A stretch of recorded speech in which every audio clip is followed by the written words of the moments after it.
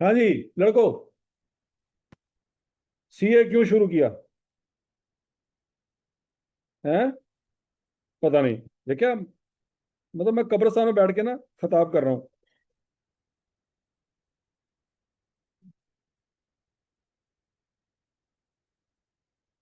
ये PRC 1 है।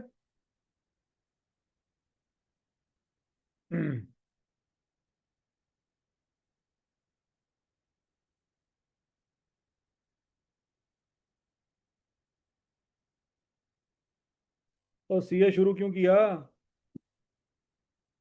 और मैं उनसे पूछ रहा हूँ जो मर चुके हैं, उनको जिंदा करने की कोशिश कर रहा हूँ मैं। हाँ भाई, मुर्दो, क्यों आए हो इस फील्ड में? आवाज नहीं आ रही। ऊंचा बोलो, ऊंचा बोलो, शाबाश। हैं? तो MBBS का सदका देने के लिए कर रहे थे? MBBS में भी तो पैसे ही थे। हाँ, बोलो बोलो बोलो, शाबाश। जब तक आप बोलोगे नहीं, आपका सीए वाला VN पक्का नहीं होना है। सीए क्यों शुरू किया? अगर इस सवाल का जवाब आपके पास नहीं है ना, तो आप सीए नहीं कर सकते।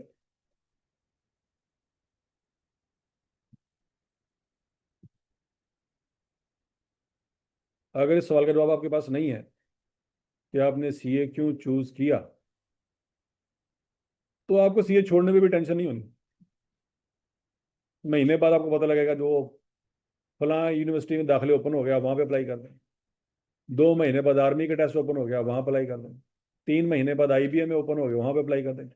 4 महीने बाद पंजाब यूनिवर्सिटी में ओपन हो गया, वहां वहां अप्लाई कर दें। अगर तो खोतों की तरह जिंदगी गुजारनी है, सौ बिस्मिल्लाह। तो जो नहीं बोल रहे वो खोते हैं,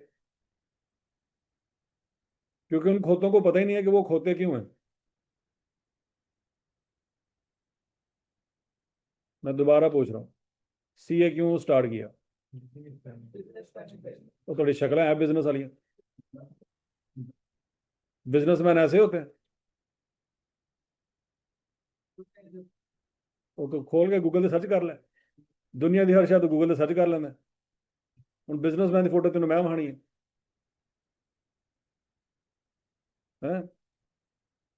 बिजनेस करना बिजनेस। अरे महीना पहले डॉक्टर बनते पे सी, हूँ बिजनेस करना, ये थोड़ा दीन मान है। जब आप डॉक्टरी कर रहे थे, FSC प्री मेडिकल से पढ़ रहे थे, उस वक्त कोई आपको कहता कि यार तू डॉक्टर नहीं बन सकता, तू बिजनेसमैन बनेगा, तो आप उसके मुंह पे थप्पड़ मार दे। तो गल क्यों की थी? मैं मेडिकल से बैठा, मैं डॉक्टर ही बनना है। आप उस वक्त कोई दूसरी बात सुनने को तैयार ही नहीं है। आपको टीचरों ने बताया होगा कि अगर सारे बच्चे डॉक्टर बन जाएंगे तो मरीज कौन है? आपने कहा नहीं सर, दुनिया का तो पता नहीं, मैं जरूर डॉक्टर बनाऊंगा। तो हालात चेक करो, अभी रिजल्ट भी नहीं आया और आप फील्ड छोड़ चुके हैं। ऐसे ही है। जाना ही नहीं था तो फिर गए क्यों?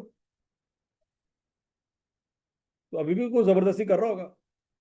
यही तो पॉइंट है कि जिसने पहले आपने अपनी पिछली नाकामी किसी और पे डाल दी कि हमें जबरदस्ती भेजा गया था। तो इस बात की क्या गारंटी है कि 2 साल बाद आप ये नहीं कहेंगे कि सीए में हमें किसी ने जबरदस्ती भेजा था? ना, 2 साल बाद तो आपने ये कहना ही नहीं है ना। सीधी सी बात है। आपने मैट्रिक के बाद मेडिकल चूज किया, या इंजीनियरिंग चूज किया, या ICS चूज किया। तो अगर आपने किसी और के कहने पे चूज किया, तो सीए भी आप फिर किसी और के कहने पे कर रहे हैं। ये तो हो ही नहीं सकता। ये तो पता चलेगा 2 साल बाद। 2 साल बाद आप उस बंदे को ढूंढेंगे जिन्हें आपको थोड़ा एडमिशन करवाया थे। वो किधर गया जिन्हें थोड़ा एडमिशन कराया है? जैसे आज तक आप उस बंदे को ढूंढ रहे हैं जिसने कहा था मैट्रिक के बाद जिंदगी आसान है। ढूंढ रहे हैं ना। तो 6 महीने बाद हो सकता है उसको ढूंढे जिसने आपका एडमिशन करवाया सीए में। तो पहले जरा 2 दिन लगा के दिमागी तौर पे पक्के हो जाएं कि यार ये हमारा अपना फैसला है। हम खुदकुशी कर रहे हैं तो अपनी मर्जी से कर रहे हैं, ये किसी और पे ब्लेम गेम नहीं डालनी। नहीं समझ आ रही? देखो, अगर आपने आज किसी और के कहने पे इस फील्ड में एडमिशन लिया है, तो किसी चौथे के कहने पे ये छोड़ भी देंगे, क्योंकि आपका अपना दिमाग तो काम ही नहीं करता। तो जब तक अपना दिमाग काम नहीं करेगा, जिंदगी के सारे फैसले ठीक नहीं हो सकते। क्योंकि अपना दिमाग काम करेगा, आप गलत फैसले भी करेंगे तो आप उससे कुछ ना कुछ आप उससे कुछ ना कुछ फायदा ले लेंगे, क्योंकि आप उसको ओन करते हैं कि यार ये गलती मेरे से हुई है।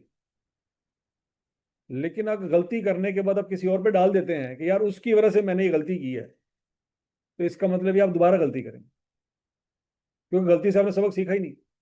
आपने गलती का सारा बोझ किसी और पे डाल दिया। नहीं बात समझ आ रही? और बोलो तो सही। जैसे आपको गलत काम करते हैं, शैतान पे डाल देते हैं, सर वो क्या करे, शैतान ने बरगला दिया। शैतान को तो बैठ के सोचने होता है, क्या रेडी क्रिएटिविटी मेरे को भी नहीं सी है।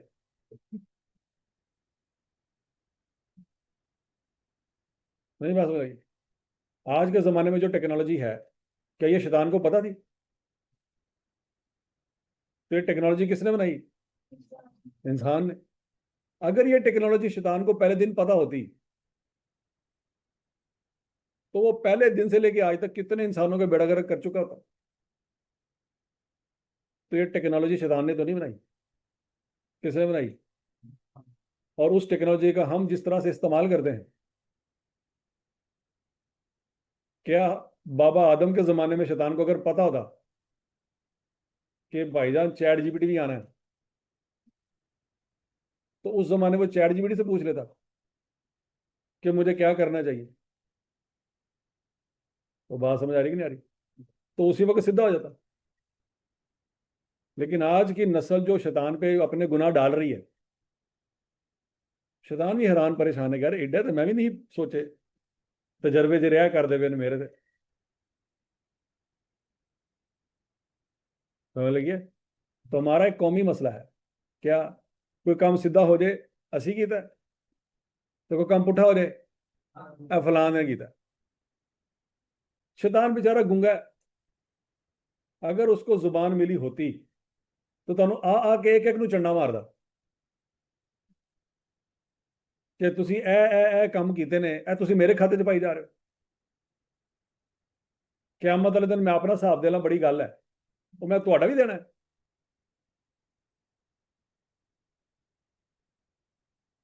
समझ आ रही कि नहीं आ रही?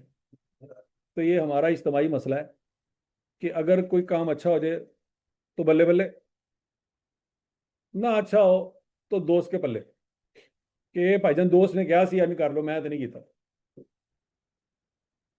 तो अगर आपने सीए चूज किया है, तो उसकी रिस्पॉन्सिबिलिटी आपको खुद लेनी होगी। जैसे आज आपने अपनी एफएससी किसी और के खाते में डाल दी है, माँ बाप के खाते में डाल दिया है, चाचों के खाते में डाल दिया है, खालू के खाते में डाल दिया, किसी न किसी के खाते में आपने डाल दिया, पक्की बात है कि मैंने तो मेडिकल करना ही नहीं था। वो तो फलां कोई बुजुर्ग आए थे हमारे घर में, अब्बू को पट्टी पढ़ा गए, अब्बू ने मेरा मेडिकल में दाखिला करवा दिया। तो लिहाजा मैंने एफएससी प्री मेडिकल में 2 साल जाया कर दी, या मैंने इंजीनियरिंग में 2 साल जाया कर दिया, या आईसीएस में 2 साल जाया कर दिया। सीधी सी बात है, जो फील्ड ही आप छोड़ चुके हैं, आप उसको गाली ही देंगे, क्योंकि फील्ड छोड़ दी। अगर वो ना छोड़ी होती तो दुनिया में उससे बेहतर फील्ड कोई नहीं था। ऐसी है ना?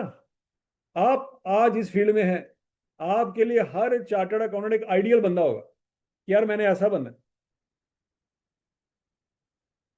क्योंकि उसने सीए किया हो। और समझते यार ये जे है कर सकता है, मैं भी कर सकता। सीए करने की देर है। जिस गाड़ी में ये घूमता है, इससे अच्छी गाड़ी मैं भी ले सकता हूँ, बस ये करने की देर। आज आप किसी सीए को गाली नहीं दे सकते। क्यों? क्योंकि आप खुद उस फील्ड में हिस्सेदार हैं। लेकिन अब आपको डॉक्टर में बुराइयां नजर आएंगी, तो बुराइयां तो 2 साल पहले भी थी उनके अंदर। उस वक्त आप देखने को तैयार नहीं थे कि डॉक्टरों में ये मसले होते हैं, इंजीनियर में ये मसले होते हैं, सॉफ्टवेयर इंजीनियर में ये मसले होते हैं, कंप्यूटर साइंस वाले कल को खज्जल होते हैं, तो मैंने तो नहीं खज्जल होना, लिहाजा मैंने आईसीएस छोड़ दिया।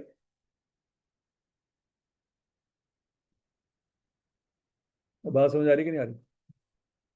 कि भैया जब तक आप अपनी जिंदगी के फैसले खुद ओन नहीं करते, उसकी ऑनरशिप खुद नहीं लेते, आपकी जिंदगी में ऐसा ही होता रहेगा जैसा होता आया है।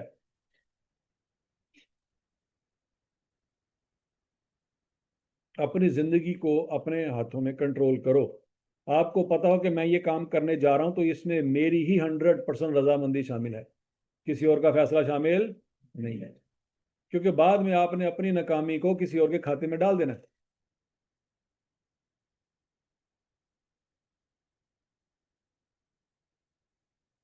ठीक है? तो लिहाजा अभी आप नोट कर ले, इस क्लास में कितने बच्चे बैठे हैं, कोई एक बंदा खड़ा होकर ना नोट करे कितने हैं, काउंट करे, शाबाश। लड़के कितने हैं, काउंट करें करें करें, शाबाश। 40 लड़के हैं। और लड़कियां कितनी हैं? हैं? ठीक है। तो ये आप देख लीजिएगा, हम महीने बाद इतने नहीं होंगे। एक महीने बाद दोबारा काउंटिंग कर लें, इतने नहीं होंगे। तो इसका मतलब एक महीने बाद जो गायब हो गए, उन्होंने सीए का फैसला खुद नहीं किया। आप में से कुछ बच्चे गायब हो जाएंगे। तो अपने दाएं बाएं वाले लोगों की शक्लें ध्यान से देख लो, क्योंकि इन्होंने गायब हो जाना है।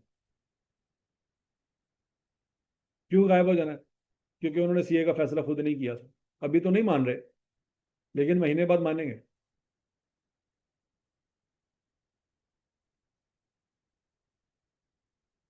ठीक है जी? इन्होंने गायब हो जाना, लड़कों में से भी गायब हो जाएंगे, लड़कियों में से भी गायब हो जाएंगे।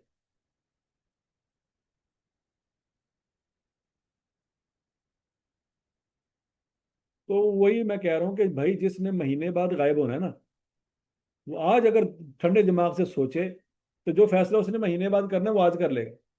उसकी जिंदगी का एक महीना बच जाएगा।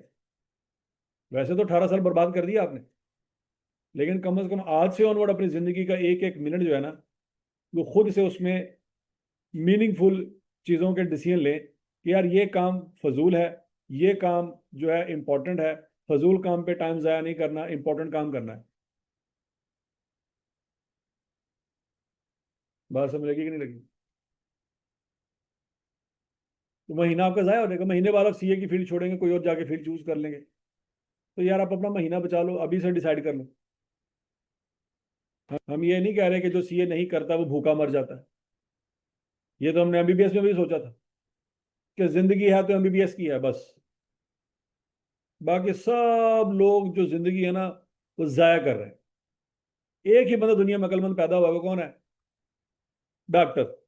और जो एफएससी पर इंजीनियरिंग कर रहे थे, उनके नजदीक सारी जमीन के ऊपर जो नए नए अजूबे हुए हैं वो किन लोगों ने किए हैं? इंजीनियर्स ने की। और जो आईसीएस वाले हैं वो क्या सोचते थे कि टेक्नोलॉजी में जितनी भी एडवांसमेंट आई है, ये डॉक्टर और इंजीनियर भी हमारी वजह से आज इस काबिल हुए हैं कि कुछ कर सकते हैं, क्योंकि हमने टेक्नोलॉजी में एडवांसमेंट शो की है। हर बंदे ने अपने आप को कोई ना कोई लॉलीपॉप दिया हुआ कि मैं जो कर रहा हूं ना, मैं इंसानियत की भलाई के लिए कर रहा हूं।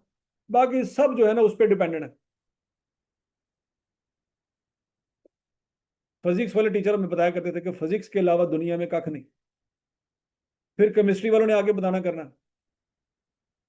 कि भाईजान केमिस्ट्री के बगैर फिजिक्स कख नहीं।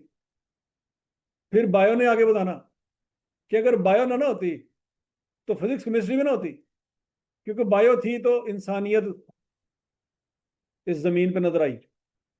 ऐसी है। तो हर कोई इस चीज का क्रेडिट लेने को सबसे आगे आता था कि भजन जो कुछ भी हो रहा है साड़ी वजह हो रहा है।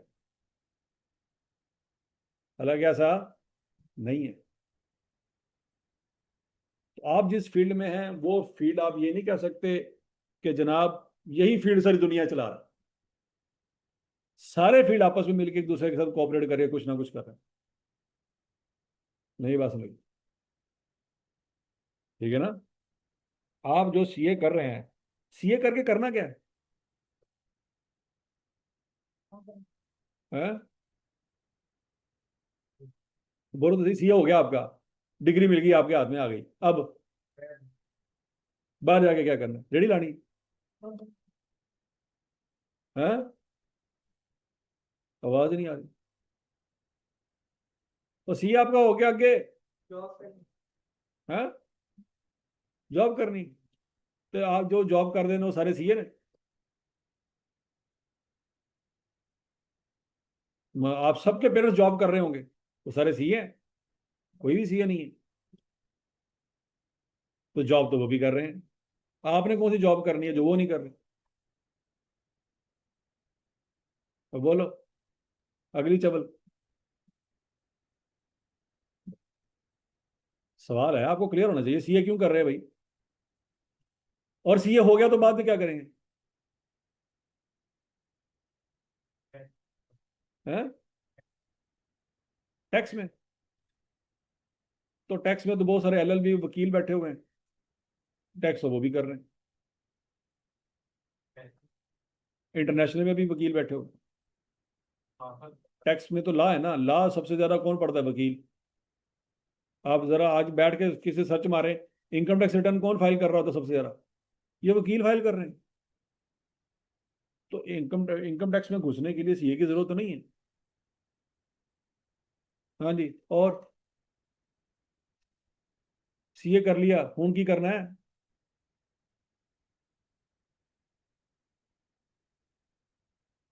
और बोलो तो सही, कुछ नहीं पता ਤੁਹਾਨੂੰ?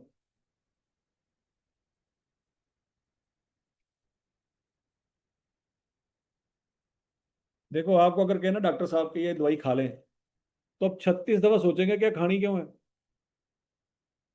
घर में कोई भी मेडिसिन पड़ी हो तो आप पकड़ के खा लेंगे?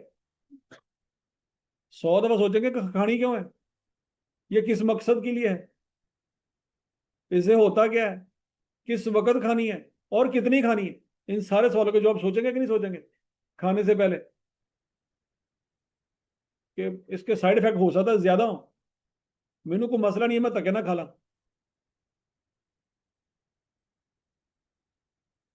तो वो जो सारी चीजें आप इतनी ज्यादा सोचते हैं उस टैबलेट को खाने के लिए, आपको कुछ नहीं है, टैबलेट पड़ी है आपके सामने, आपने कहा यार लोग दुनिया खांदी पई है, मैं भी खा लेंगे, तो खा लेंगे। 100 बातें सोचेंगे उसके बारे में। तो आप एक फील्ड में आए हो जिसमें 6 साल आपने लगाने हैं, 6 साल। अब अपनी जिंदगी के कीमती तरीन 6 साल हैं।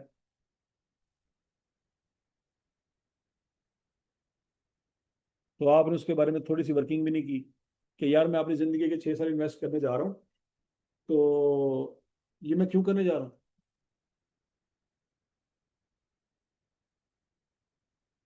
कोई ना कोई दिमाग में विजन होना चाहिए, कोई ना कोई ऑब्जेक्टिव होना चाहिए। जब आप उस पर डिस्कशन करेंगे, जेन में उसके बारे में सोचेंगे, तो आपको और भी बड़े रास्ते मिल जाएंगे।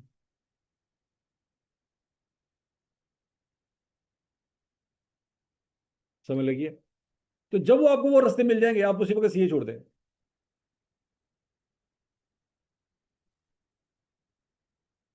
तो फिर उतने ही बच्चे सीए में रह जाते हैं जिनको अपने पर्पस का पता होता है कि यार मेरा पर्पस क्या था सीए करने का। याद रखो, हर साल पाकिस्तान में 10,000 से ज्यादा बच्चा सीए में एडमिशन लेता है। कितने बच्चे एडमिशन लेते हैं? 10,000 से ज्यादा। लेकिन हर साल सिर्फ 500 बच्चा निकल रहा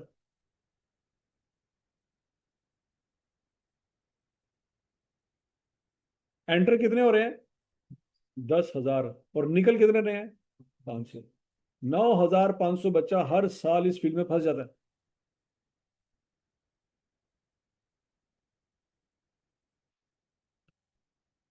समझ लगी? ठीक है। 1 लाख प्लस आपका रोल नंबर आएगा जब आपका रजिस्ट्रेशन करवाएंगे। और जो बच्चे सीए क्वालिफाई कर गए हैं, उनका मेंबरशिप नंबर देखें आज, जिस बच्चे को मिलेगा जो सीए क्वालिफाई कर जाएगा, वो 14,000 है या 15,000 है। मतलब 1961 से लेके 2025 तक 14,000 लोग हैं जो सीए क्वालिफाई कर चुके हैं। और आप लोगों का इस वक्त जो रोल नंबर आएगा वो 1 लाख प्लस के ऊपर आएगा। इसका मतलब है 85,000 बच्चे ऐसे हैं जो इस फील्ड में फंसे हुए हैं।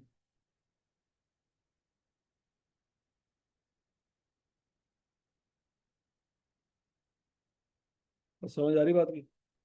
तो वो क्यों फंसे हुए हैं? उनको अपना विजन ही क्लियर नहीं है। उन्होंने करना क्या, उनको क्लियर ही नहीं है।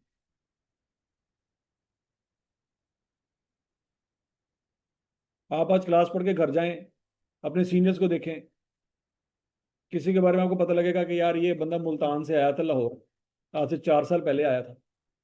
इसने पीआरसी कर लिया, कैफ के 2 पेपर पास कर लिए, उसके बाद इसे पेपर फेल हो गया। फिर इसने किसी छोटे से कॉलेज में जाके टीएशिप कर ली। अब टीएशिप करके ये महीने का 10-15 हज़ार या 20 हज़ार वहां से ले लेता है, और हॉस्टल का खर्चा दे देता है। फिर 20 हज़ार लेता है, हॉस्टल का खर्चा दे देता है। फिर 20 हज़ार लेता है, हॉस्टल का खर्चा दे देता है। सीए के पेपर नहीं पास हो रहे इसके। तो वही पेपर कहाँ से पास होंगे? जब वो इस चक्कर में पड़ गया है कि मैंने कॉलेज में जाके क्या करनी है, जॉब, सुबह से लेकर शाम तक मैं कॉलेज में रहूंगा, कितने पैसे मिल जाएंगे? 20 हज़ार। मैं उस 20 हज़ार से क्या करूंगा? हॉस्टल का रेंट दे दूंगा, अपने खाने पीने का बंदोबस्त कर लूँ। तो ये पड़ेगा कब? और वो बच्चा भूल चुका है कि मुल्तान से वो लाहौर आया क्यों था। समझ आ रही है? वो भूल चुका है वो मुल्तान से लाहौर क्यों आया था। तो अगर आपको क्लियर नहीं है आपने क्या करना है, तो 2 साल बाद आपका फ्यूचर वही है।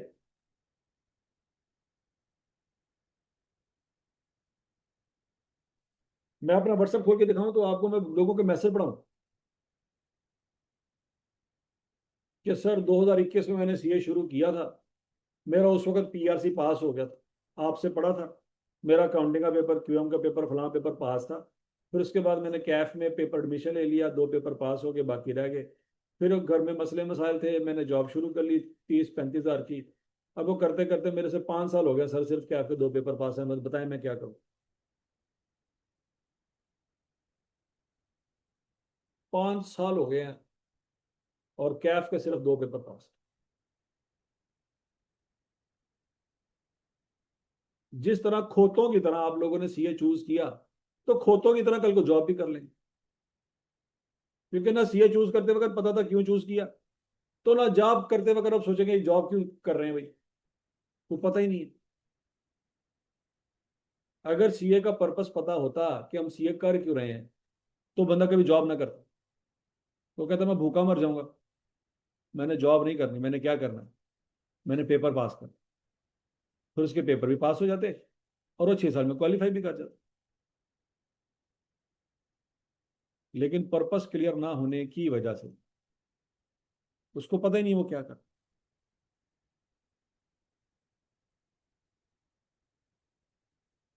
तो समझ आ रही कि नहीं आ रही?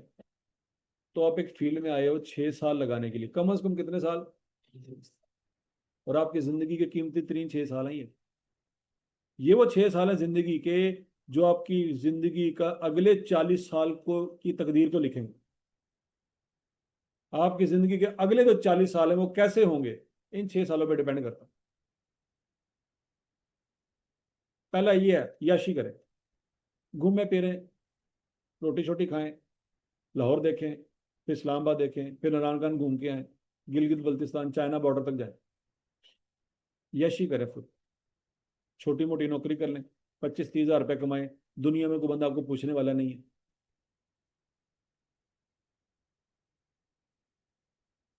हर महीने 10 हज़ार रुपये बचाएं, 10 महीने बाद 1 लाख रुपया हो जाएगा। आप आराम सुकून से 1 लाख रुपये में पूरा पाकिस्तान घूम सकते। फिर अगले साल पैसे इकट्ठे करें, 1 लाख रुपया इकट्ठा करें, फिर पाकिस्तान घूमें। ये बात समझ आ रही कि नहीं आ रही? लेकिन 6 साल बाद आपका ही क्लास फेलो जब सीए क्वालिफाई कर चुका होगा, और आप जिंदगी घूम रहे होंगे, सारा पाकिस्तान घूम चुके होंगे, वो बंदा अचानक 6 साल बाद क्वालिफाई करने के बाद 5 लाख 6 लाख पे बैठा हुआ है, और अब वही 35 हज़ार 40 हज़ार पे बैठे हुए।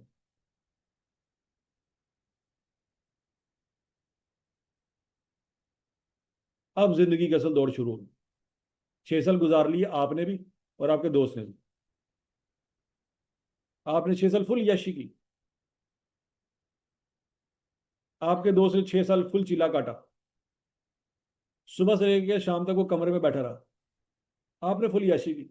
दुनिया का कोई रेस्टोरेंट नहीं है जिसपे आपने खाना ना खाया हो। कोई ऐसा व्यू पॉइंट नहीं है पाकिस्तान में जो आपने देखा ना। हो सकता है समटाइम आपने इतने पैसे भी इकट्ठे कर लिए होंगे, आप कहीं दुबई का भी चक्कर लगा के आए, अब दुबई का भी चक्कर लगा के आए। 24 साल के बाद असल गेम शुरू होनी। जब माँ बाप ने कहना है कि पुत्र तेरी मेहरबानी कुछ कर ले, उन्हें तेरे तो मजीद कुछ नहीं कर सकते, हूँ तो आप ही अपना बोझ चुकना है, बल्कि हूँ घर के अंदर भी बोझ चुकना। अब्बा जी तेरी दी उम्र हो गई 60 साल, उन्होंने को काम नहीं होंगे। तब आएगी असली फेस डिप्रेशन वाली।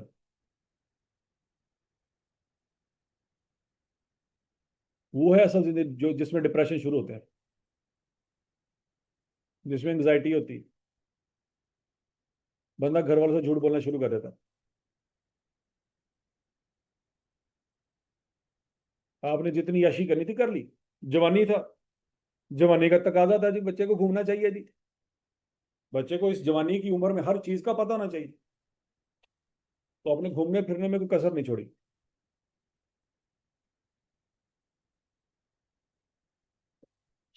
लेकिन 24 साल के बाद आपकी गेम चेंज है और आपके दोस्त की गेम चेंज है।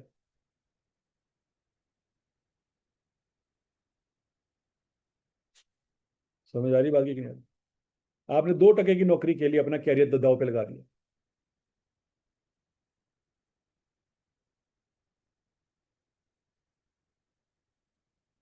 अब माँ बाप का प्रेशर आपके ऊपर है, बहन भाइयों का प्रेशर आपके ऊपर, आप घर में सबसे बड़े हैं, आपके छोटे बहन भाई आपकी जिम्मेदारी हैं, अब्बा जान रिटायर हो चुके हैं, 60 क्रॉस कर चुके हैं, अब आपके हाथ पांव फूल गए, अब हम क्या करें?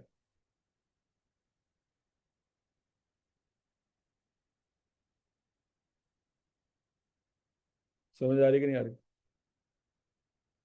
अभी तो आप आंखें बंद करके जिंदगी इंजॉय कर सकते हैं, कोई टेंशन नहीं, कोई पूछने वाला नहीं, कोई बताने वाला नहीं, कोई आपके ऊपर फाइनेंशियल बर्डन नहीं।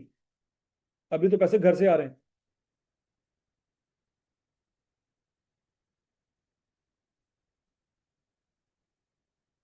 तब जो जिंदगी गुजरेगी ना, बहुत मुश्किल होगी। समझ आ रही कि नहीं आ रही? तो वो सारे बच्चे जो कुछ पेपर पास करके और अपने इलाके से निकल के लाहौर में आके आजादाना तौर पे अपनी जिंदगी गुजारने वाले लड़के, जब समझते हैं ना कि लो जी जिंदगी तो हम जी रहे हैं, 24 साल की उम्र में पूछूंगा उनसे कि जिंदगी कौन जी रहा है।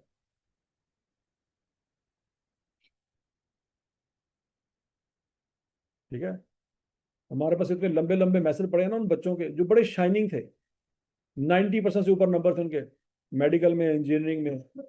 एक आधे बच्चे तो ऐसा भी है जिसने बोर्ड टॉप किया हुआ था, अब रो रहे हैं, कह रहे सर जी अल्लाह दा वास्ता सानू समझा दो की करी। मेरी उम्र 24 साल हो गई है, सीए के सिर्फ मैंने अभी 6 पेपर पास किए, अभी 15 पेपर बाकी। 24 साल मेरी एज हो गई है, अब मैं कुछ कर भी नहीं सकता। क्या मैं मास्टर शुरू कर लूँ, बीबीए कर लूँ, बीएस अकाउंटिंग एंड फाइनेंस कर लूँ, मैं क्या करूँ? हम जब उससे पूछते हैं तुमने 8 6 साल जाया कर दिए, किधर किए? कह रहा सर बस ऐसे था, छोटी सी नौकरी कर ली थी, कुछ पैसे आते थे उससे गुजारा होता था, अच्छा गुजारा होता था, तो हमने कहा चलो ठीक है गुजारा तो हो ही है।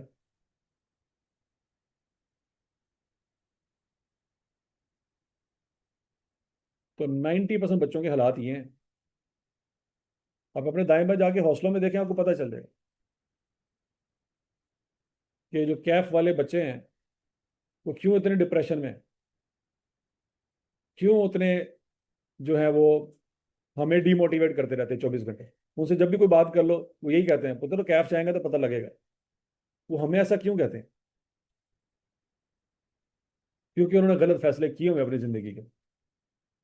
तो अगर आपने सही तरह से डिसीजन ना लिया, तो वो गलतियां, अगर 90% लोग उस गलती को दोहरा सकते हैं तो आप भी उन 90% में जा सकते हैं, क्योंकि हाई प्रोबेबिलिटी है फेलियर की। सीए में हमेशा माइनॉरिटी पास होती है, मेजॉरिटी फेल होती है। 10,000 बंदा सीए में एंटर हो रहा है और 500 बंदा सीए से निकल रहा है क्वालिफाई करने के बाद। तो परसेंटेज निकाल के देखा क्या बनती है।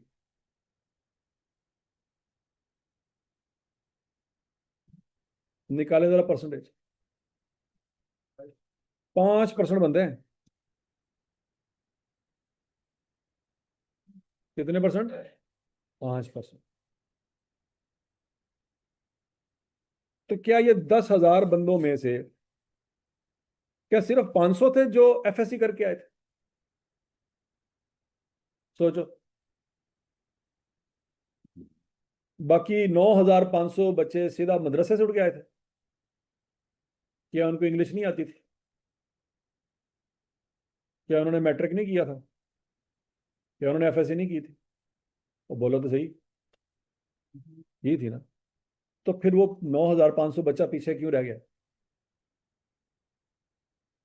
वो अपनी जिंदगी के मुख्तलिफ किस्म के मोड़ पे आके गलत फैसलों की वजह से पीछे रह गया।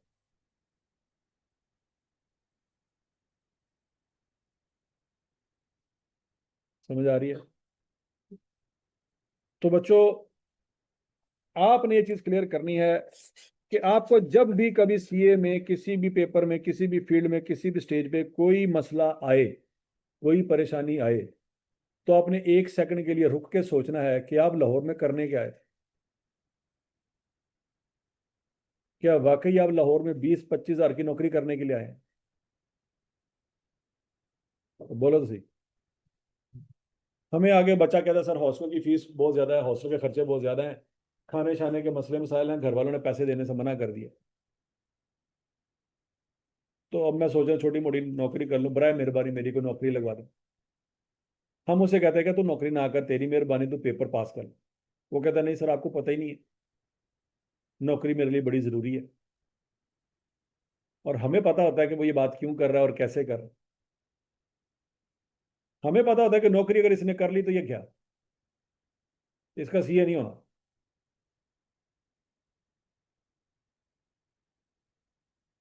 लेकिन वो ये समझ रहा है कि सर को मेरे हालात का पता ही नहीं है, सर डिसाइड कर ही नहीं पा रहे।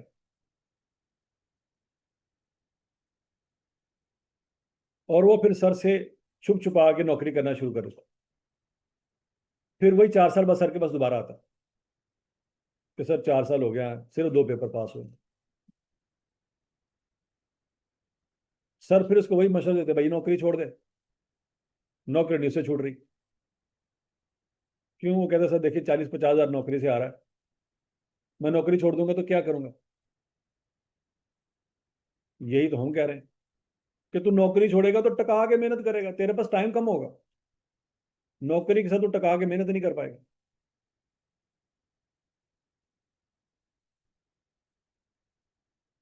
समझ आ रही है? तो जिंदगी में कब भी आप कोई मुश्किल में आए तो एक दफा आपने सोचना है कि लाहौर आने का पहला और आखिरी मकसद क्या।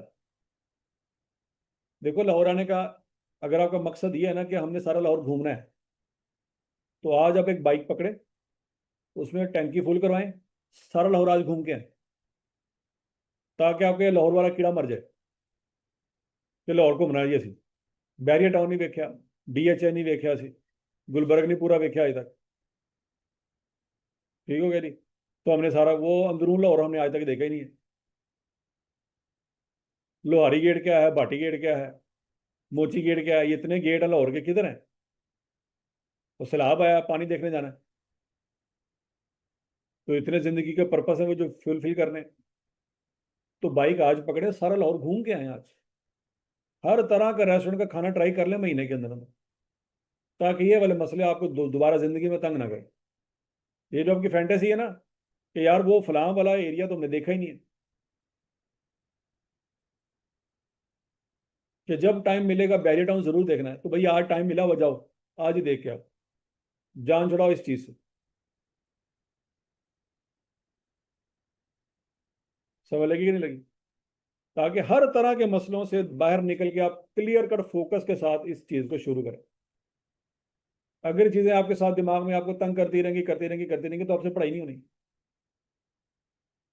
तो पहले तो इस तरह के छोटे छोटे मसले अपने जो है ना वो साइड पे करो।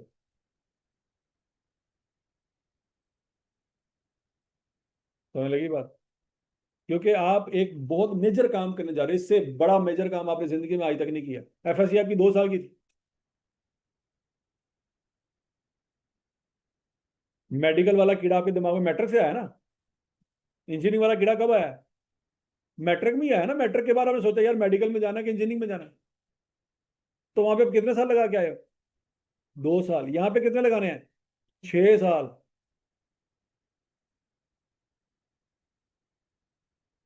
किसी अक्लमंद आदमी ने किसी जमाने में कहा था कि कभी वो काम शुरू ना करो जिसके खत्म होने का आपको पता ना हो।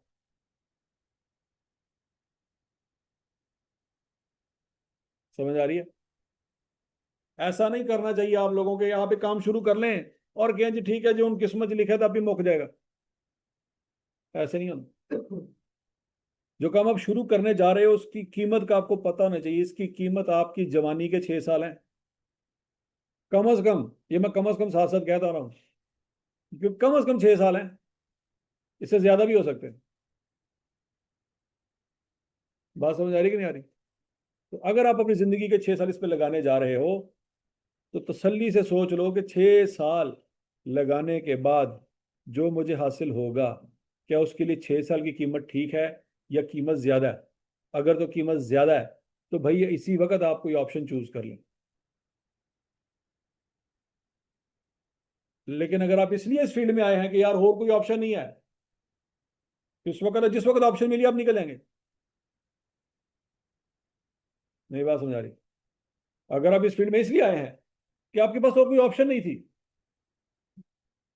तो साल बाद 2 साल बाद अगर आपको कोई ऑप्शन मिल गई फिर आप ये फील्ड छोड़ देंगे, क्योंकि अब आपके पास मोटिवेशन नहीं रही।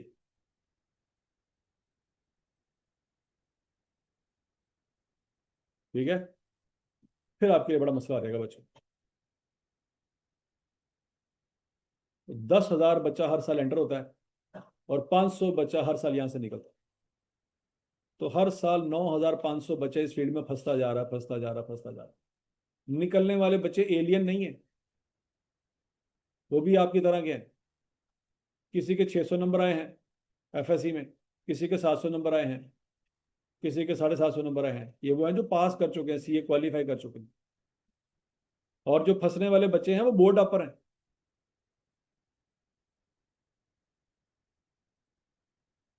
समझ रही है?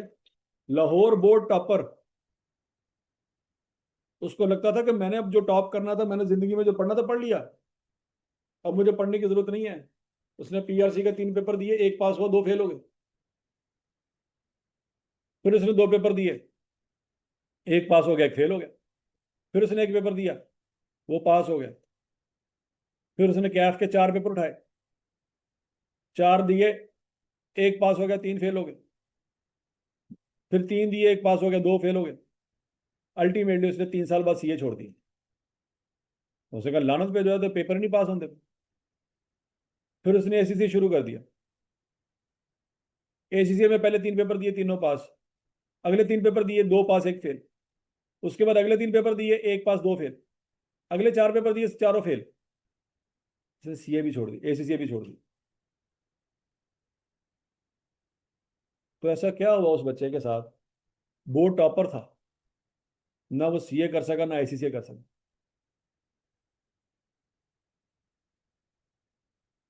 समझ आ रही बात? ये उसका एटीट्यूड था जो बदल चुका था।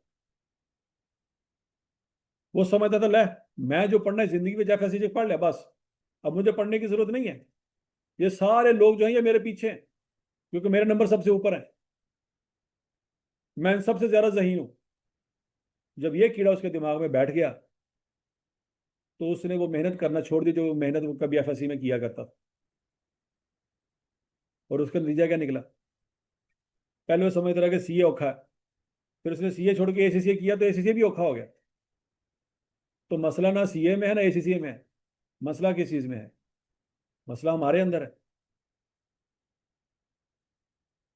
एक और बच्चा था, मियाँ वाली से आया था। उसके सिर्फ 600 समथिंग नंबर थे।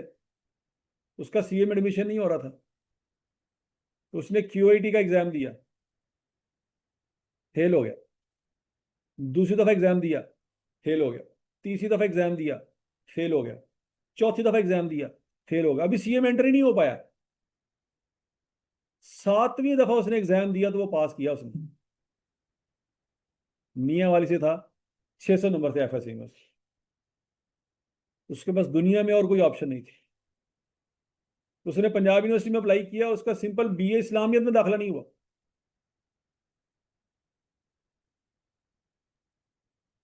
समझ आ रही बात?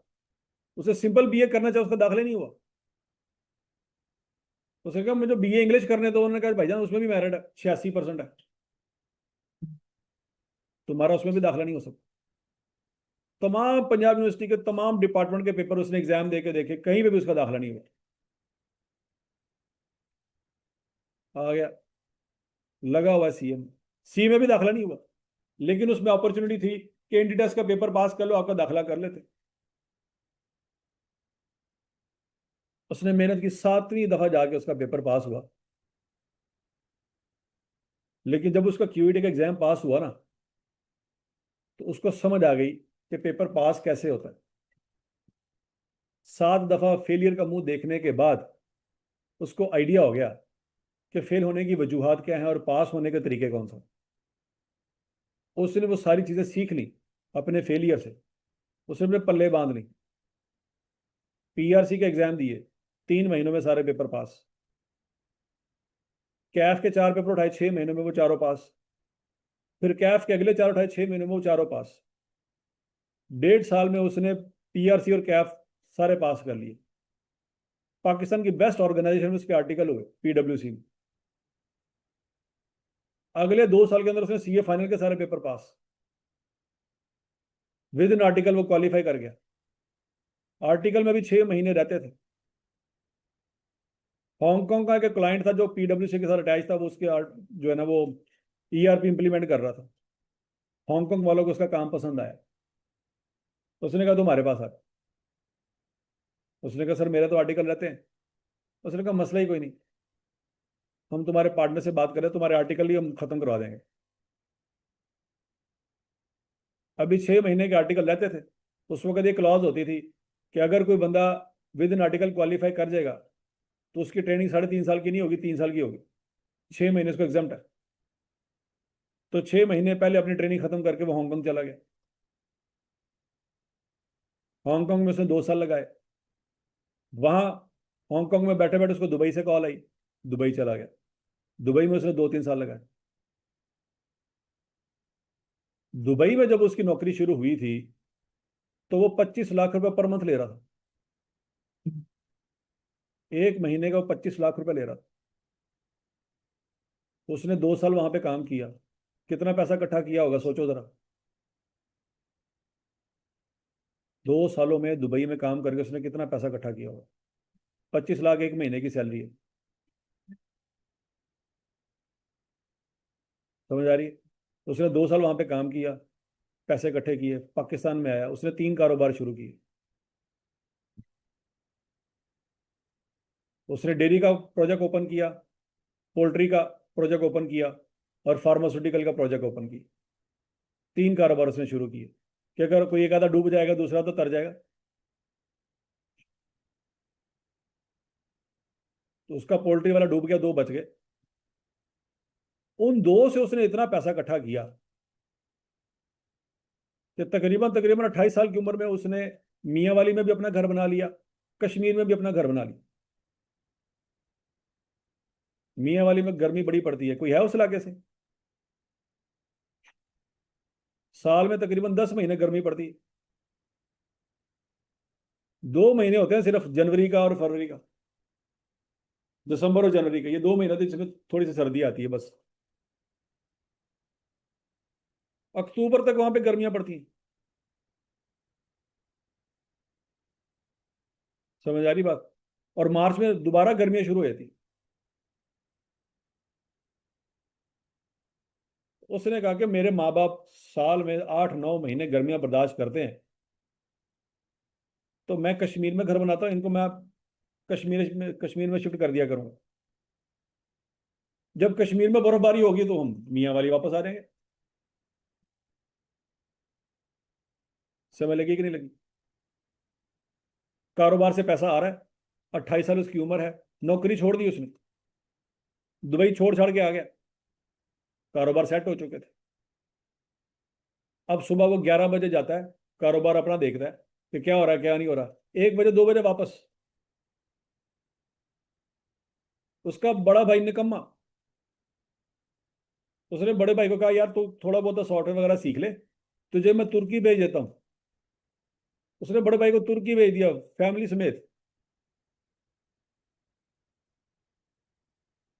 बहनों की शादियां कराई, बहनों के बच्चे हुए। उन्होंने बहनों के सारे बच्चों को कहा जी तुसी मैं ਤੁਹਾਨੂੰ एक सॉफ्टवेयर हाउस बना रहे हैं, तुम सारे उत्ते पंगे शंगे लेंदे रहो, कुछ ना कुछ सीखते रहोगे।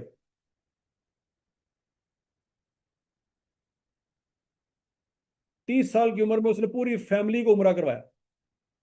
बहनें, बहनों के बच्चे, बहनोई, भाई, अपनी बीवी, भाई की बीवी, माँ बाप सारे, 56 लोग उम्रा करने के।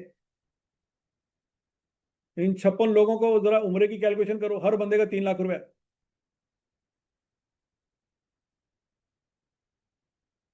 पूरी बस थी उसके घर से जब निकली थी। कितने पैसे बनते हैं? हाँ, 1 करोड़,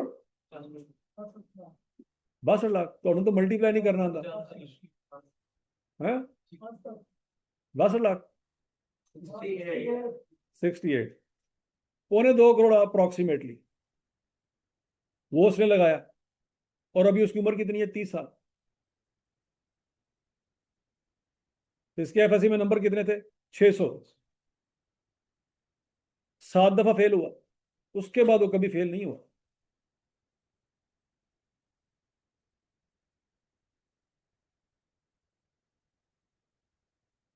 समझ आ रही बात? कि जब एक बच्चा ग्रो करता है ना, तो वो अकेला ग्रो नहीं करता, उसके साथ पूरा खानदान ग्रो करता है।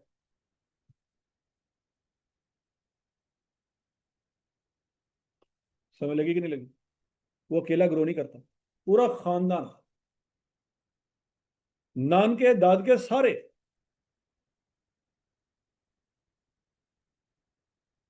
वो देख लेता है कि यार ये इतना इंटेलिजेंट बंदा नहीं है, ये एवरेज किस्म का बंदा है, लेकिन है तो हमारे खानदान का ना। इसको ऐसी जगह सेट करो जहां पे ये कुछ ना कुछ कर ले। इसमें ये मसला है, इसका ये हल निकालते हैं, इसमें ये मसला है, इसका ये हल निकालते हैं। उसका दिमाग चला, सारा खानदान कहां से कहां पहुंच गया। उसी का क्लास फेलो बोर्ड टॉपर था। ये दोनों एक ही क्लास में थे, ये दोनों हमारे स्टूडेंट थे। वो जो बोर्ड टॉपर था, लाहौर बोर्ड का टॉपर था, वो भी इसी क्लास में बैठा हुआ।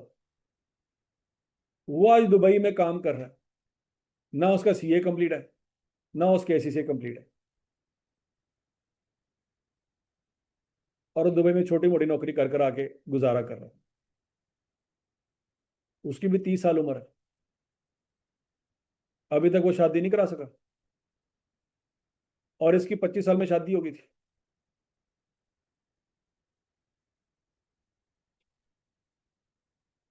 क्यों नहीं करा सका? घर में मसले मसाले इतने ज्यादा हैं, वो जितना वो कमाता है उससे ज्यादा तो घर में डिमांड है पैसों की।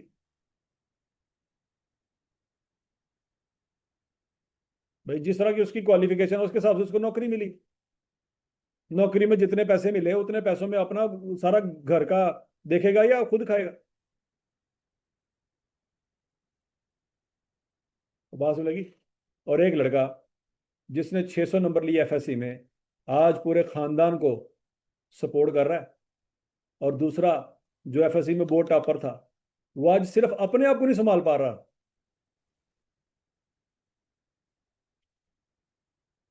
तो फर्क एफएससी में नहीं है, फर्क आपके माइंडसेट में। एक ने समझा कि मैंने जो पढ़ लिया है, मुझे ज्यादा पढ़ने की जरूरत नहीं है। ये सारे बच्चे जो है ना, ये सब, इन सब के नंबर मेरे से नीचे हैं, तो ये सब बेवकूफ है, मैं अक्लमंद हूं। तो चूंकि मैं अक्लमंद हूं, तो मुझे कोई मशवरा ना दे। तुम लोग मुझे मशवरा दोगे? तुम्हारे नंबर देखो और मेरे नंबर देखो। मतलब अब ये दिन आ गए हैं, तुम बोर्ड टॉपर को मशवरा दोगे कि मुझे क्या करना चाहिए?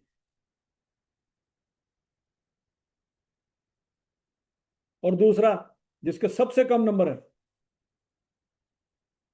वो लगा रहा लगा रहा लगा रहा, टकरे मारता रहा, किताबों में टकरे मारता रहा मारता रहा मारता रहा।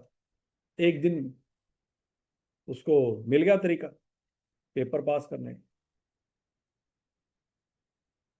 समझ लगी। अब वो पाकिस्तान में बैठा हुआ है। जिस वक्त उसका दिल चाहे जिस मुल्क में जाना चाहे जा सकता।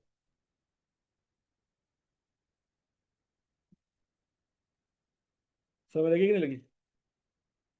वो दुनिया का नक्शा है, वो जो गोले में बना हुआ है। वो कहता है सर ये मैं गोला घुमाता हूँ ना, तो मैं अपनी बीवी को कहता हूँ जहां पे गोला रुकेगा ना उस मुल्क में जाएंगे इस महीने। इस पूरे नक्शे पे जहां पे तू बॉल पॉइंट रखेगी ना, कितने जाना है, उस मुल्क यार की छुट्टियां गुजारने जावांगे गर्मियां की। बात समझ आ रही कि नहीं आ रही। और काम कितना करता है, 11 बजे जाता है, 1 बजे 2 बजे घर वापस। उसने सिस्टम डेवलप कर दिए, बाकी सब कुछ चल रहा है। आजकल वो ऑस्ट्रेलिया गया हुआ है। अब चूंकि हमारा स्टूडेंट है, हमारे साथ हर 2-3 महीने बाद गपशप होती रहती है उसकी।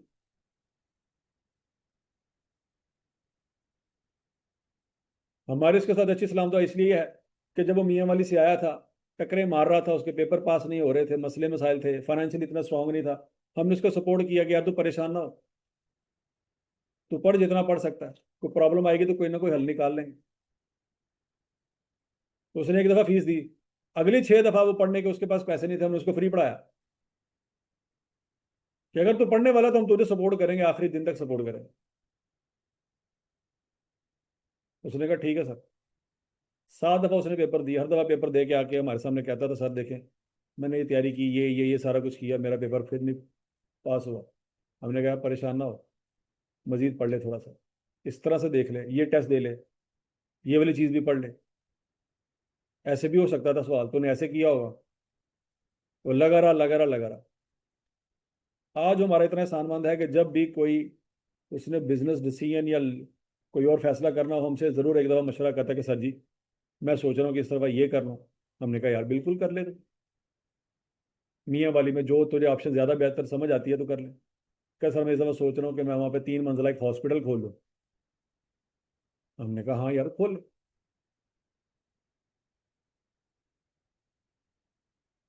अब पिछले दिनों हम गए हुए थे, उसने इनवाइट किया था कि सर वो हॉस्पिटल तैयार हो गया, अब आगे ज़रा आप विजिट तो करें, और इसमें मुझे मशवरा दे कि इसमें क्या क्या कहाँ कहाँ पे क्या क्या चीज़ें चाहिए होंगी, और ये चीज़ें पाकिस्तान से हम परचेज करें या बाहर से कहीं से इंपोर्ट करवा लें।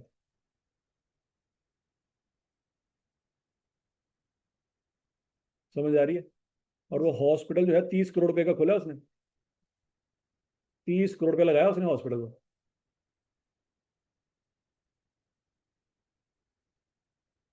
और उसकी उम्र कितनी है, 30 साल। 30 करोड़ रुपया उसके पास कहाँ से आया। वो जो कारोबार उसने खोले हुए। हालांकि पोल्ट्री का कारोबार डूब गया उसका सारा, उसमें नुकसान हुआ उसको, बाकी 200 उसको प्रॉफिट हो गया।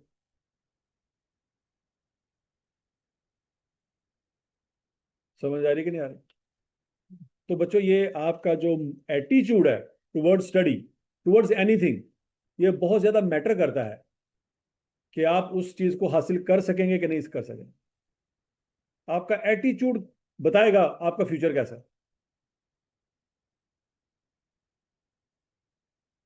समझ लगी। एटीट्यूड बहुत ज्यादा मैटर करता है, how you will respond to a certain situation. तो जब तक आपको ये क्लियर नहीं होता आपने करना क्या है जिंदगी में, बच्चे आप अपना टाइम वेस्ट कर रहे हैं। आपको क्लियर होना चाहिए कि यार मैं ये कर रहा हूँ और मैं इस वजह से कर रहा हूँ, फिर आपका पेपर कभी नहीं फेल होगा। और अगर हो भी जाएगा तो आप उससे डीमोटिवेट नहीं होंगे, क्योंकि आपको पता है, भाई मैंने करना ही है, मेरे पास ऑप्शन ही है, तो इसके अलावा मेरे पास ऑप्शन ही नहीं है। लेकिन अगर आपको थोड़ा सा डगमगाए, कोई एक टेस्ट है जिसमें आपने थोड़ा सा परफॉर्म नहीं कर पाए, थोड़े से नंबर कम आ गए, और साथ ही दिमाग में आ गया यार आर्मी का मेडिकल टेस्ट ओपन होने वाला है, चलो उधर चलते हैं, सीए नहीं हो पाएगा। किसी और बंदे ने मसला दे दिया कि यार वो जो है ना आईबीए में दाखिले ओपन हो गए हैं, लम्स में एडमिशन हो रहा है, स्कॉलरशिप मिल रही है। यूके के वीजे ओपन हो गए, यूके चलते हैं। वो हमारा कजन बता रहा था स्वीडन में आजकल वीजे ओपन हो गए। स्वीडन चलते हैं। पोलैंड के वीजे ओपन हो गए, पोलैंड चलते हैं। तो जाओ वहां पे 100 बिस्मिल्लाह जाओ, वहां 5 7 साल पेट्रोल पंप पे काम करो।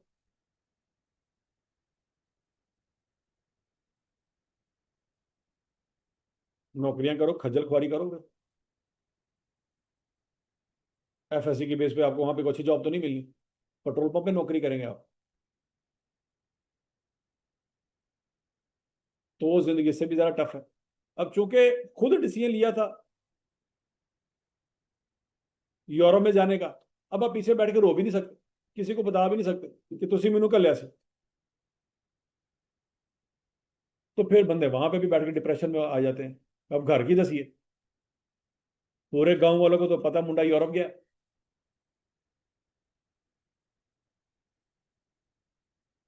तो समझ आ रही कि नहीं आ रही? तो लिहाजा जब आप एक काम चूज कर रहे हैं, तो उसके दौरान अगर आपको किसी और चीज की इंफॉर्मेशन मिल जाए, किसी और चीज का आपके अंदर इंटरेस्ट डेवलप हो जाए, तो इसका मतलब है ये चीज आप कभी नहीं कर सकते, क्योंकि आप एक चीज पे फोकस ही नहीं कर पा रहे। आप एक चीज पे फोकस कर पाएंगे तो वो काम हो जाएगा, फोकस नहीं कर पाएंगे तो काम नहीं हो पाएगा। याद रखो, आप कई क्लास वाले हैं जो मेडिकल कॉलेज में बैठे हुए हैं, ऐसे ही है? वो बोलो तो सही। आपके क्लास वाले हैं जो इंजीनियरिंग यूनिवर्सिटी में जाएंगे, वो आपके क्लास वाले हैं जो आईसीएस करने के बाद किसी अच्छे इदारे में कोई सॉफ्टवेयर इंजीनियरिंग की डिग्री कर रहे हैं। तो वो क्यों आगे चले गए, आप क्यों इधर आ गए? कोई ना कोई गलत फैसले तो हुए हैं ना आपसे, कोई ना कोई गलतियां तो हुई है ना आपसे जो उन्होंने नहीं की। आप भी इसी इलाके में रहते हैं, वो भी इसी इलाके में रहते हैं, तो उन्होंने ऐसा क्या किया जो आप नहीं कर पाए? उन्हें सही टाइम पे सही फैसले किए, और जो टाइम था उसको जाया नहीं किया। बात सुनेगी ना? नॉर्मली हम किसी से पूछते हैं कि यार तू पे इन्ने नंबर ले लेने, तू की खाना है? हमारा सवाल ही गलत है। खाता तो वो भी वही होगा जो हम खाते हैं।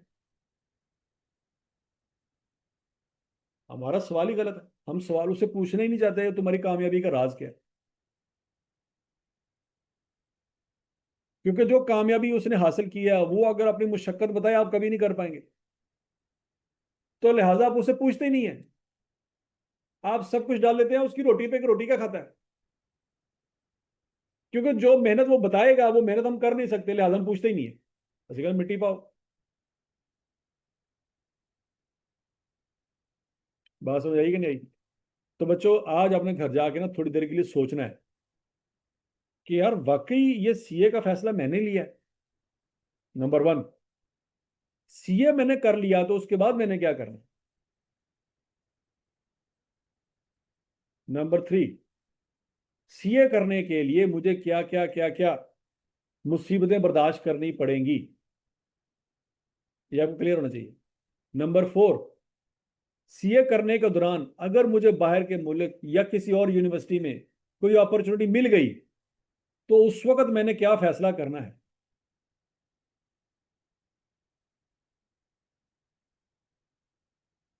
समझ आ रही बात?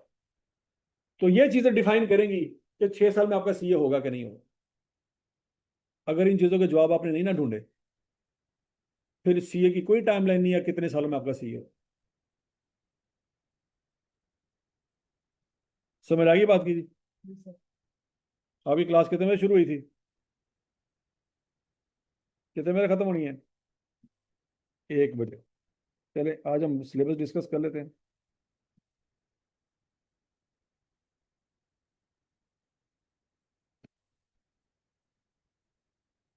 किताबें सबको मिल गई हैं? हैं? बुक शॉप से किताबें नहीं ली अभी तक आपने? अभी नहीं है? तो कब आएंगी? अच्छा जी बच्चों, अकाउंटिंग, अकाउंटिंग में आपके पास टोटल चैप्टर कितने हैं जी? 10 है। ये बात याद रखूंगा। अकाउंटिंग बेसिक्स है, बुक्स ऑफ प्राइम एंट्री है, लेजर ट्रायल बैलेंस है, अक्रूवल्स एंड प्री पेमेंट्स हैं। ये टोटल 10 चैप्टर हैं। ये क्या होते हैं अभी आपको समझ नहीं आनी, इससे बहस करने का फायदा ही कोई नहीं। बहरहाल टोटल चैप्टर कितने हैं जी? 10 चैप्टर हैं जो आपने तैयार कर। पेपर आपने कब देना है? जनवरी में देना है। आज क्या तारीख है? आज क्या तारीख है? 8 सितंबर है। और पेपर फर्ज करो बच्चों 15 जनवरी को होने हैं। पेपर कब होने हैं आपके? तो मुझे को बता सकता है कितने दिन है आपके पास?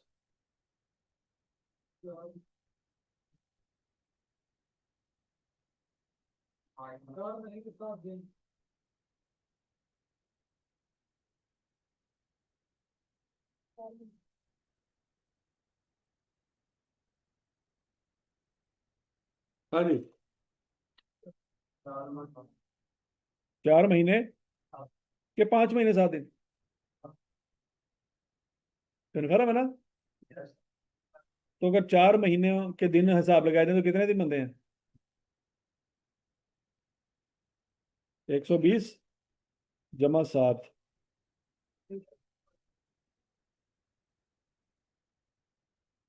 आपके पास टोटल 127 दिन है।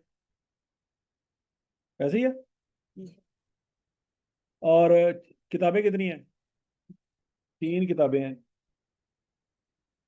एक किताब के लिए कितने दिन है?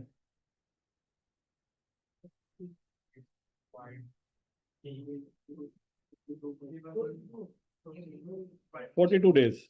ऐसी है। और इस किताब में कितने चैप्टर हैं? इसको 10 पे डिवाइड करो। तो एक चैप्टर के लिए आपके पास टाइम कितना है? आंखें खुल के बाहर आई है कि नहीं आई? ये है ग्राउंड रियलिटी। बताओ इसमें कोई ऐसी बात मैंने की हो जो हाइपोथेटिकल है? कोई है ऐसी बात? अकाउंटेंट ऐसी बातें करते हैं समझाने के लिए। ठीक है, लंबे लंबे पैराग्राफ का कोई फायदा नहीं है। ये बात जो आपको मैंने समझाई है ना, ये उन हजार जलसे जुलूसों से ज्यादा बेहतर है। ये वो रियलिटी का थप्पड़ है जो आपके मुंह पे बजा है। कि आपके पास एक चैप्टर को तैयार करने के लिए कितने दिन है? और उन 4 दिनों में से भी अगर आप 2 दिनों में छुट्टी कर लें, समझ आ रही कि नहीं आ रही? तो मेरी तबीयत नहीं ठीक थी, पापा ने कहा था घर आ जाओ, आई मिस यू, और आपने सब कुछ छोड़ा और आप घर चले गए, तो ये हो जाएगा। आपके पास बच्चों एफएससी में एक चैप्टर को तैयार करने के लिए बड़े दिन थे। एक किताब को आपने 3 3 दफा पढ़ा। एक दफा सर ने पढ़ाया, एक दफा रिवीजन में दोबारा सर ने पढ़ाया जब ग्रैंड टेस्ट हुए, और फिर आखिरी महीने में जाके आपने खुद भी पढ़ा। 3 दफा आपने किताब खत्म की 12 महीनों में। यहाँ पे आपके पास किताब खत्म करने के लिए 12 महीने नहीं है।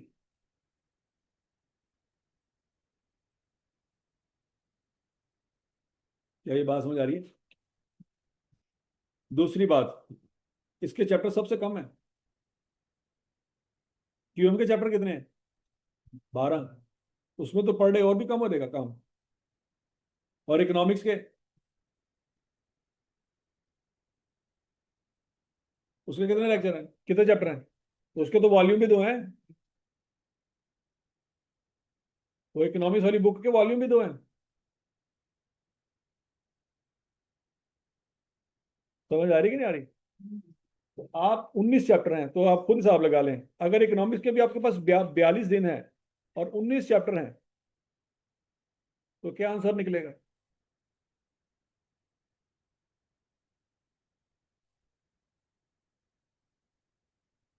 ऐसे ही है। तो उसके एक चैप्टर को तैयार करने के लिए आपके पास 3 दिन पूरे नहीं है, सिर्फ 2 दिन है। तो आप मुझे खुद बताएं, इन 4 महीनों में आप एक भी छुट्टी अफोर्ड कर सकते हैं? नहीं। लेकिन फिर भी आप करेंगे।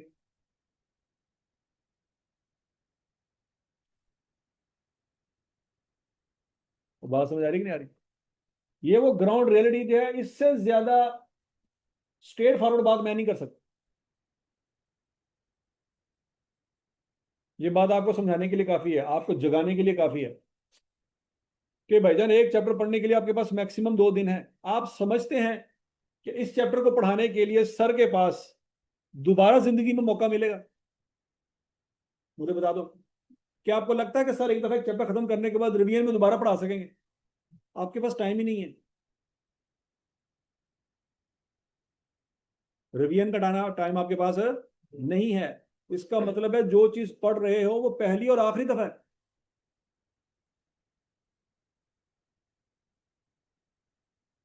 समझ आ रही बात? अब मेरा ख्याल है आपको थोड़ा सा आगे एहसास हुआ है कि हम किस एजुकेशन सिस्टम से निकल के किस एजुकेशन सिस्टम में जा चुके हैं। वहां में आपको बार बार बार बार बार बार रिमाइंडर दिया जाता था, बार बार बार बार बताया जाता था, पढ़ लो पढ़ लो पढ़ लो पढ़ लो पढ़ लो। तो उसने कहा नहीं नहीं नहीं नहीं नहीं। अब इस सिस्टम में आगे गिर गए हैं कि जिसमें टीचर के पास तो रिवीजन का टाइम ही कोई नहीं।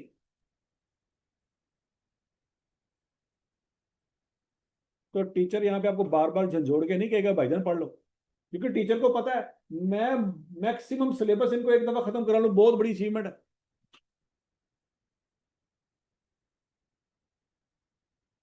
समझ आ रही है? ये वो ग्राउंड रियलिटी जो आपको क्लियर होनी चाहिए कि आपके पास एक भी दिन है जाया करने का। एक भी दिन नहीं आपके पास जाया करना, हर एक दिन कीमती है। समझ आ रही कि नहीं आ रही?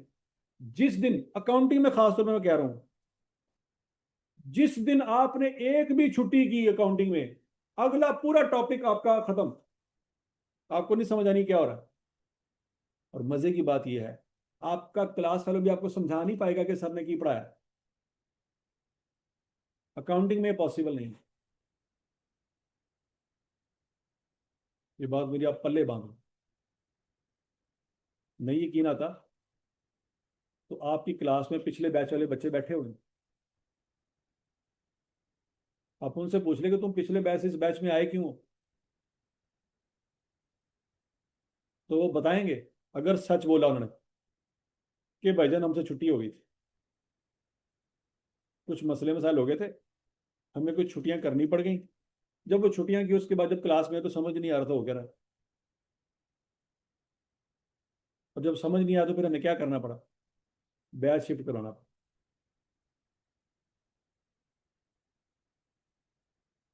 समझ आ रही बात? तो आपके अंदर पिछले बैच के बच्चे मौजूद हैं। तो ऐसा ना हो कि आप फिर इससे अगले बैच में शिफ्ट हो जाए। तो मैंने आपको बता दिया वजह क्या होगी। अगर आपने इन क्लासेस के दौरान छुट्टी की, या आपकी आंख नहीं खुल सकी, या कोई और मसला हो गया, आपका वो टॉपिक गया, अकाउंटिंग में वो टॉपिक आपको समझ नहीं आएगा। अब अगला टॉपिक शुरू होगा तो आपको समझ आना शुरू होगा। फिर उस वक्त आपको समझ आएगी, अच्छा अब सर पढ़ा रहे हैं, अब समझ आना शुरू हुई। लेकिन अगले टॉपिक में भी चौथे लेक्चर में छुट्टी कर ली आपने, पांचवा छठा सातवां आठवां लेक्चर अगले टॉपिक का वो भी समझ नहीं आना, वो भी गया।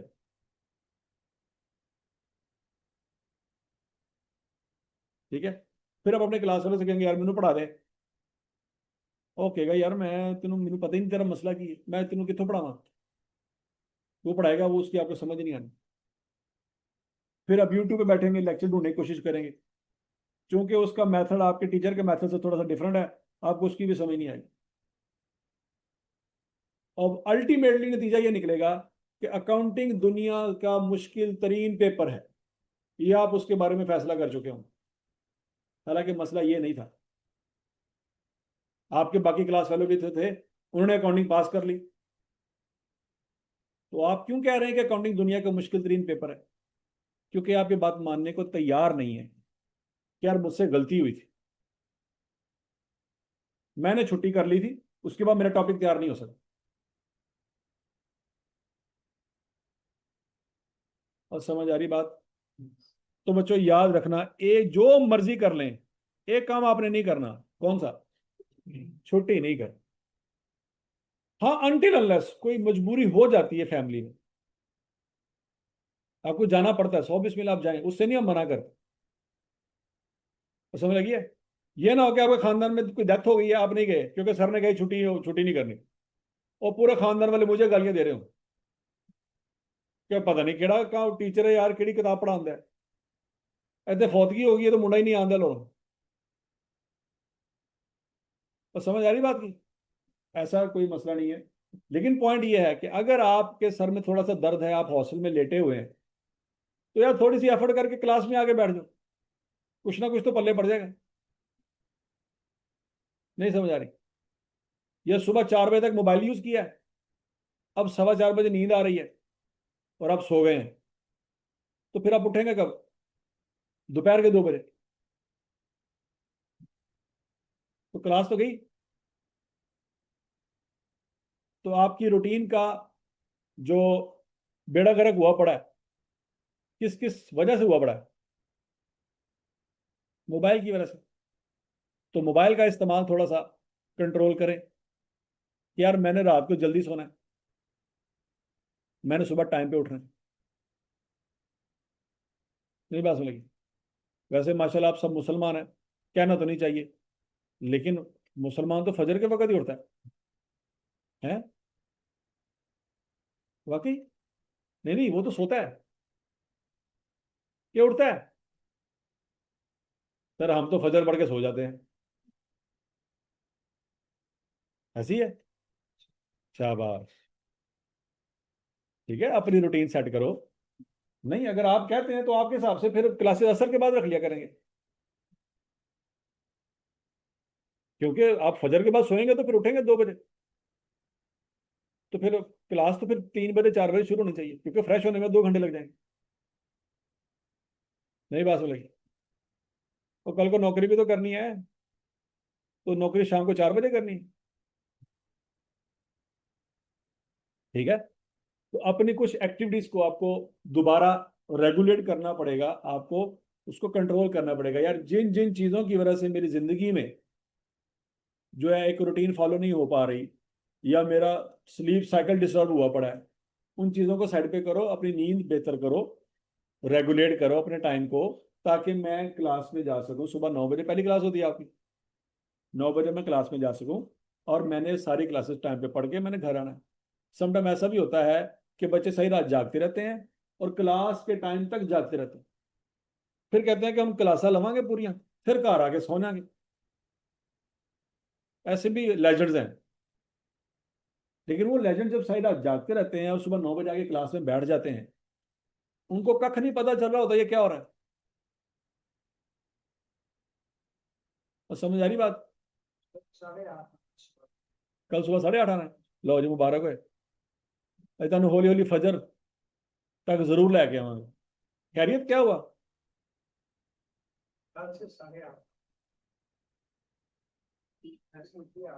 हैं? डेफिनेटली अगर 8:30 क्लास शुरू होगी तो जल्दी भी खत्म भी तो होगी ना फिर। 1 बजे। और समझ लगी सबको बात की। तो ये बात बच्चों अच्छी तरह से अपने पल्ले बांध लेनी है। देखो, सीए वही बच्चे करते हैं जो सीरियस होते हैं, और सीरियस वो किसके साथ होते हैं? किसी और के साथ नहीं, अपने साथ सीरियस होते हैं। नहीं समझ आ रही बात। तो जो बच्चा अपने साथ सीरियस नहीं है ना, वो दुनिया में किसी के साथ नहीं हो सकता। ये बात याद रखो। तो अपने साथ सीरियस बच्चा वही है जिसको इस बात का पता हो कि मैं यार ये जो काम करने जा रहा हूं, इसका मुझे कोई फायदा है कि नहीं है। मैंने इंस्टाग्राम 2 घंटे देख ली, यार मैंने इससे क्या हासिल किया? तो मेरी सेहत पे इससे क्या फर्क पड़ा? मैंने फेसबुक पे 4 घंटे लगा लिए, स्नैपचैट पे मैंने 6 घंटे लगा लिए, इससे मेरी ओवरऑल सेहत पे, या मेरी ओवरऑल ग्रूमिंग पे, या मेरे कैरियर पे कोई पॉजिटिव इंपैक्ट आया? अगर तो आया तो 100 बिस्मिल्लाह, अब बाकी सबको भी बताओ। अब जुम्मे के खुतबे में जाके मौली साहब को भी बताओ कि मौली साहब बच्चों को कहो इंस्टाग्राम यूज करा करन, सैलरी वादी है नाल। तो मौली साहब कहेंगे मैनू भी इंस्टॉल करके दे। सही है ना? अगर उसका फायदा है आपकी जिंदगी में तो 100 बिस्मिल्लाह। तो अगर नहीं है तो फिर सोचो किस चीज में फायदा है। नहीं बात समझा रही? भैया आप नहाते क्यों हो?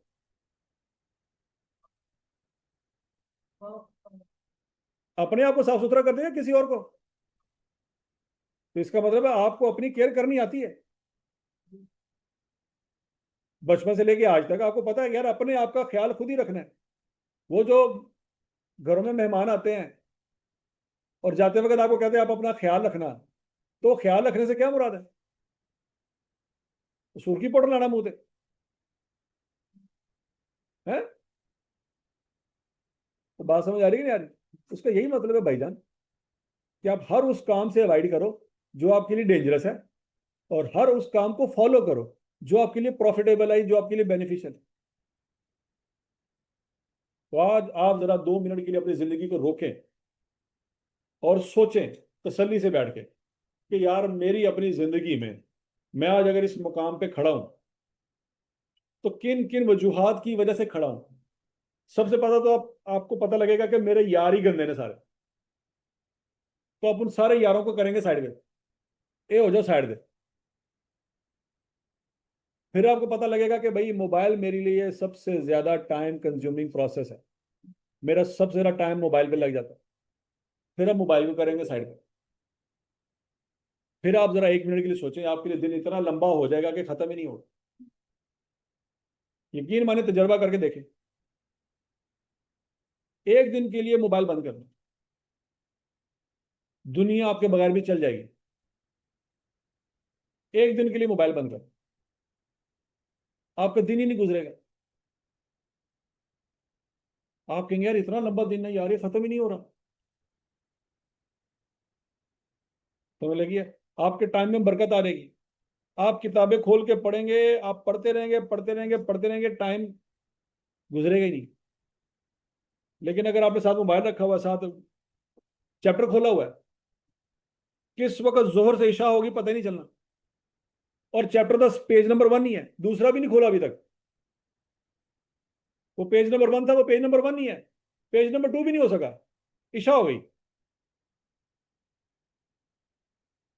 समझ आ रही है? तो कोशिश करो। आपके पास, मैंने आपको इससे ज्यादा क्लियर कट मैं आपको बता नहीं सकता कि आपके पास टोटल 4 महीने 7 दिन, और ये भी मैंने नहीं निकाले, आपने निकाले। और हर चैप्टर को पढ़ने के लिए बच्चों आपके पास कितने दिन है? अकाउंटिंग में 4 दिन है और इकोनॉमिक्स वाले में सिर्फ 2 दिन है, क्योंकि उसके चैप्टर ही 19 है। और समय लगेगी कि नहीं लगेगी? गेम बहुत सीरियस होने वाली है।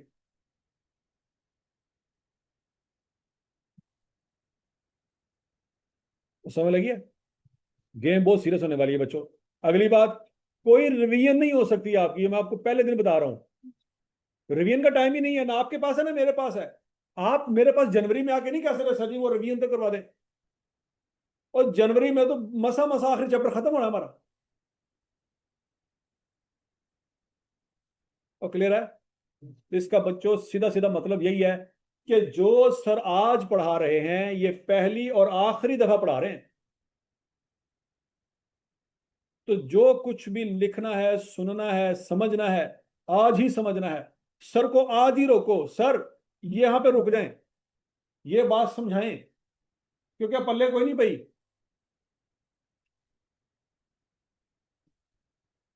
तो समझ आ रही बात?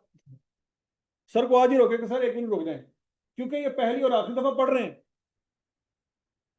तो ये जरा दोबारा समझा, क्योंकि पहली दफा ही समझ नहीं आई थी, आखिरी दफा कितनी आनी। ठीक है? तो बच्चों ये आपका हक बनता है कि जो चीज समझ नहीं आया पूछें क्लास में। और एक चीज दूसरी दफा रिपीट करने का टाइम ना आपके पास है ना मेरे पास है। मेरे पास तो खैर है, आप अगले सेक्शन में आ जाएंगे, मैं दोबारा पढ़ा दूंगा। लेकिन आप अगले सेक्शन में जाना अफोर्ड नहीं कर सकते। नहीं समझ आ रही? अगले सेक्शन में जाना अफोर्ड नहीं कर सकते आप। तो इसलिए बच्चों एक वादा आप अपने आप से कर लें कि अगर कोई जेन्युइन मसला ना हुआ तो मैंने छुट्टी नहीं करनी। ठीक है? तो बच्चों ये याद रखिएगा, मैं आपको इसको कैसे एग्जांपल दूं। आप पहले खोता रेडी पे बैठे हुए थे, अब आप जो बुलेट ट्रेन पे बैठ गए। समझ आ रही है? अब जिंदगी बड़ी तेजी से गुजरनी है। पहले आपने एक किताब को पूरा पूरा साल उसकी शक्ल देखी है, बल्कि दो दो साल उसकी शक्ल देखी है। अब आपके पास एक किताब को शक्ल देखने के लिए टाइम नहीं है। हो सकता है आप उस किताब को पूरा पढ़ भी ना पाए और आपके सर पे पेपर आ जाए। समझ लगी नहीं? अब जिंदगी बड़ी तेजी से गुजरने वाली है। तो जो चीज आप पढ़ते जा रहे हो वो पहली और आखिरी दफा पढ़ते जा रहे हो, उसको नोट करो, उसके नोट्स बनाओ, उसकी समरी लिखो, सर से पूछो, पंजाबी में समझ आती है पंजाबी में लिखो, अंग्रेजी में समझ आती है अंग्रेजी में लिखो, जिस लैंग्वेज में समझ आती है अपनी किताब के नोट्स बनाओ। अच्छे बच्चे, जो टॉपर बच्चे होते हैं, वो क्या करते हैं? वो जो पढ़ते हैं उसके नोट्स बनाते हैं घर, क्योंकि उनको पता होता है कि पहला चैप्टर 49 पेजेस का है। कितने पेजेस का है? पहले से शुरू हो रहा है, 49 में खत्म हो रहा है। और दूसरा,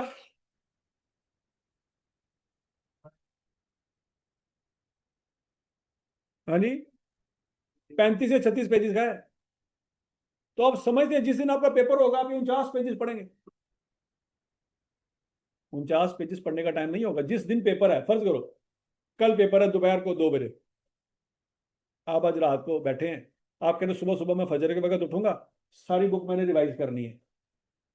तो बुक के ये पहले सफे से लेकर टोटल कितने सफे हैं? 361 नहीं है? ये 361 पे तो आखिरी चैप्टर शुरू हो रहा है। इसके टोटल 445 सफे हैं, वो ऊपर लिखा हुआ। कितने सफे हैं? ये आखिरी सफा जो है वो 441 है।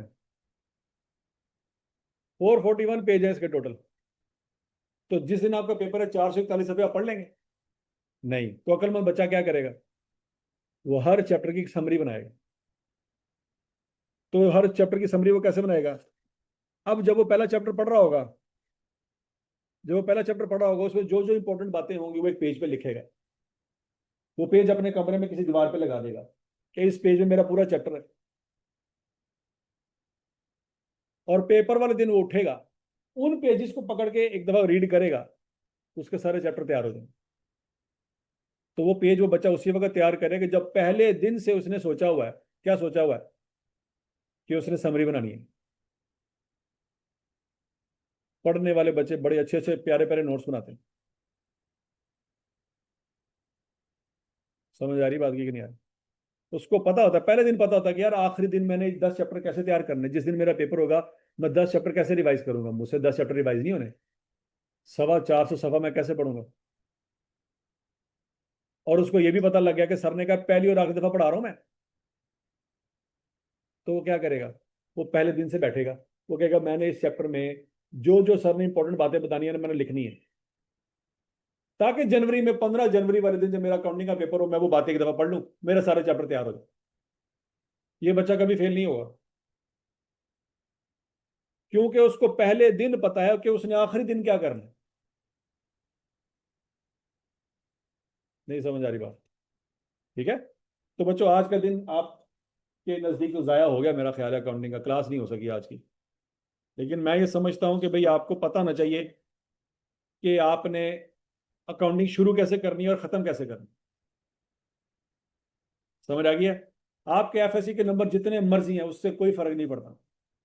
ये बात याद रखनी है आपने। आपके 600 नंबर भी हैं, आप सीए पहले अटेम्प्ट में कर सकते हैं। और अगर आपके 1000 नंबर भी हैं तो आप सीए में फंस सकते हैं। ये सब कुछ डिफाइन करेगा आपका एटीट्यूड, हाउ यू रिएक्ट। समझ लगी है जी? चलो जी, अल्लाह का नाम लेकर हम कल पहला चैप्टर शुरू करेंगे। तो कोई आपके मसले मसाइल हो, कोई चीज़ें हो, तो आज आप घर बैठ के सुकून से ठंडे दिमाग से सोच के उसको क्लियर कर ले कि यार मैं करना भी है कि नहीं करना। ठीक हो गया जी? ओके जी बच्चों, अल्लाह हाफिज़।